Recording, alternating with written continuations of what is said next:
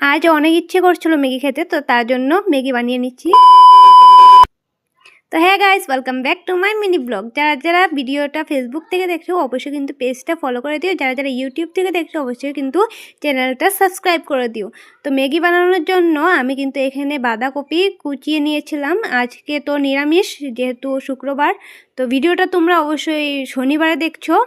তো শুক্রবার যেহেতু আমাদের নিরামিষ, তার জন্য কিন্তু আমি পেঁয়াজের জায়গায় বাঁধাকপি দিয়েছিলাম।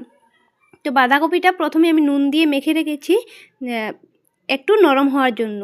আর যেহেতু এটা সিজনের বাঁধাকপি, তার জন্য কিন্তু বেশি সময় রাখতে হবে না, অল্প সময় রাখলে হয়ে যাবে। আর যখন আনসিজনে থাকে তখন কিন্তু অল্প সময় রাখতে হয় বা এটা ফুটিয়ে নিতে হয়। তো এখানে আমি ম্যাগি সেদ্ধ করবার জন্য কিন্তু জল দিয়ে দিচ্ছি। তারপর ম্যাগিটা বয়েল করে নেব, মানে হাফ বয়েল করব, পুরোটা না। তো আমি এখানে ম্যাগিগুলো কেটে মশলাগুলো রেখে তারপর কিন্তু ম্যাগিগুলো ঢেলে দিচ্ছি। অবশ্যই কিন্তু কমেন্টে জানিও তোমরা কে কে ম্যাগি খেতে ভালোবাসো। আমি কিভাবে বানাই, এইভাবে কে কে বানাই, অবশ্যই কিন্তু সেটাও কমেন্টে জানিও আমাকে। তো আমি 2 প্যাকেট নিয়েছিলাম, আমি আর আমার বোন খাবো। তারপর যেই বাঁধাকপিটা আমি কেটে রেখেছিলাম সেটা কিন্তু আমি ভালো করে ধুয়ে নেব।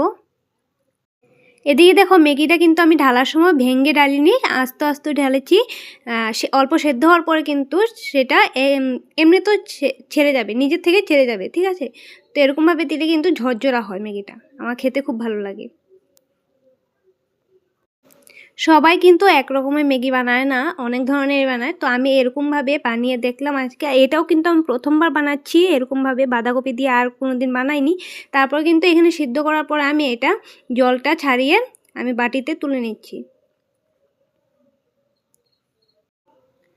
তো আমি এখানে তুলে এক্সট্রাভাবে বাটিতে রেখে তারপর কিন্তু এটা ঠান্ডা জল দিয়ে আমি মানে ম্যাগিটাতে ঠান্ডা জল ঢেলে দেব।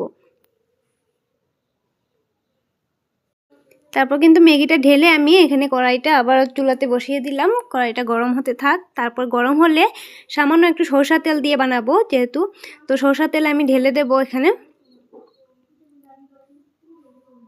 সরষা তেলটা অল্প একটু গরম হলে কিন্তু, মানে ধুয়ো ধুয়ো ভাপ উঠলে কিন্তু আমি তখন এই যে বাঁধাকপিটা কেটে রেখেছিলাম সেটা কিন্তু দিয়ে দেব। তো বাঁধাকপিটা দেওয়ার পরে কিন্তু আমি এখানে ম্যাগিটা যে ঠান্ডা জলে ভিজিয়ে রেখেছিলাম সেটা কিন্তু তুলে আমি দিয়ে দিব একসাথেই।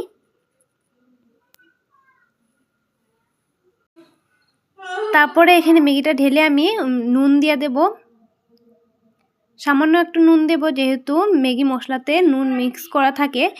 তারপর কিন্তু একটু নুন দিয়ে তারপর হলুদ দেব, বেশিটুক দেব না, অল্পই দেব, সামান্য দেব। তারপরে যেটা ম্যাগি মশলা থাকে সেটাও ঢেলে দেব। তারপরে কিন্তু নামানোর আগে আমি সয়া সস দেব। সয়া সসটা খেতে আমার ভীষণই পছন্দ। তো ভিডিওটা কেমন লেগেছে অবশ্যই কমেন্টে জানিও। দেখা হবে নেক্সট কোনো মিনি ব্লগে। টাটা।